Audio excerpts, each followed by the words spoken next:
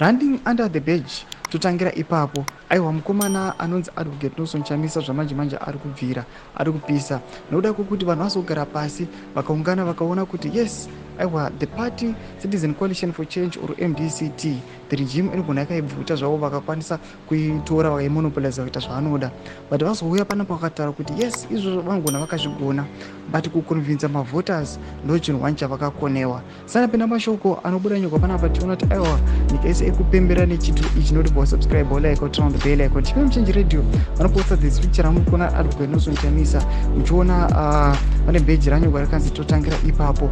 Vanyora vachiti totangira ipapo, with the support of a captured judiciary system, Amazon Mnangagwa managed to take away MDCT/Alliance and recently Citizen Coalition for Change at Trikusi, Zimbabwe. However, it is evident that he has failed to capture and convince voters as well as key leaders.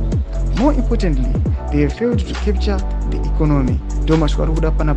Yes, these guys vakakwanisa kutora those parties, but when it comes to the voters, munhu wese anoziva kuti vote yake mumwoyo iri papi. Ndozvozigara nyika yose. Number 1. Number 2, economy ndo chinhu wani chavakona kuriga kuti yes tokona kuita njuga dzedu nefeja, but the skeleton work inozonga ichikuprova ero. Unoda kuti the economy you cannot rig, you cannot prove zvinhu zvisipo kuti zviripo nekuda kweeconomy. Vanhu vari kuona zvinhu zviri kuprovwa nethis currency, the zig. Vanhu vari kuona kuti aiwa people they know kuti ivo vanoda kunovhotera papi. Saka panapo vari kuyataura masviko achiti aiwa totangira ipapo. Ndo bheji rifuma Advocate Nelson Chamisa mazuva ano achiti aiwa zvimwe zvese vangaita, but aiwa mavotes mumwe yevanhu havakwanisi kuitora.